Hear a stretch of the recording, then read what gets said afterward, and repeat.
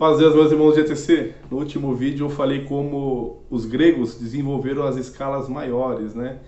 E agora neste vídeo eu vou falar como Pitágoras melhorou essas escalas, melhorou a afinação.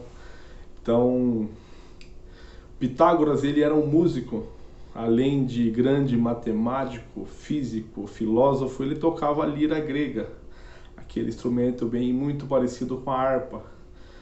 Então, e como um músico, um estudioso, ele prestava atenção em tudo. E naquela época era normal, tinha bastante os ferreiros, né? Onde eles batiam os martelos, batia as marretas no metal para ir modelando e dando forma para os metais. E quando ele passava, até uma lenda que fala, né, que ele escutava as batidas e ele percebeu que nas batidas tinha, dentro de cada som, tinha uma vibração diferente. Dentro de acordo com o peso, com o tipo do martelo que era batido, soava um som diferente, e cada som, cada um na sua oitava, com uma vibração diferente. Então ele fez um estudo, né? Ele pegou um monocórdio, que é um instrumento de uma única corda, né? Como se fosse, nós vamos trazer para a nossa realidade, um braço, né? Como se fosse somente uma caixa com uma corda e o cavalete no meio, onde ele fez as tensões lá para poder fazer esse estudo das vibrações das cordas. Hoje é medido em hertz, né, as vibrações das cordas. Nada mais é do que quantas vezes ela movimenta por minuto. Então, quanto mais grave o som, ele descobriu que a movimentação era menor, porém mais espaçada.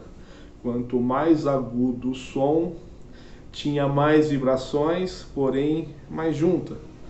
Então, e o que ele fez? Ele descobriu que quando exatamente no meio, no centro do monocórdio, no centro da corda, quando ele tocou uma vez sem prender o meio, deu uma vibração. Quando ele prendeu exatamente no meio, no centro, a vibração ela foi o dobro da vibração sem estar presa. E ali ele descobriu uma oitava. Um exemplo, a corda solta, ele deu um dó, quando ele prendeu o meio, ele descobriu uma oitava, um dó, uma oitava acima. E aí ele foi fazendo os estudos. Aí ele descobriu que prendendo um terço daquela corda, mudando a movimentação, está aqui no centro. Agora eu vou puxar um terço. Ele descobriu uma quinta justa. Em cima da quinta justa ele foi trabalhando todos os terços naquele monocórdio, e ele colocou todas as escalas, todas as notas dentro do monocórdio, e aí onde veio a afinação, a padronização, que hoje, um exemplo, nós vamos afinar o instrumento lá a 440 Hz, 442, 444, mas tem um padrão.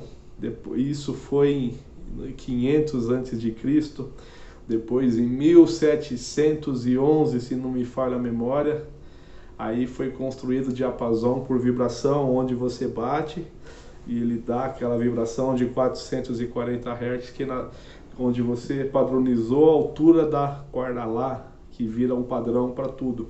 Porque antes eles eram afinados o instrumento, todas as notas, mas ninguém garantia que daqui meia hora as cordas tinham suas dilatações normais, e o mesmo dó que ele tocou no começo da melodia, ninguém garantia que era o mesmo dó no final.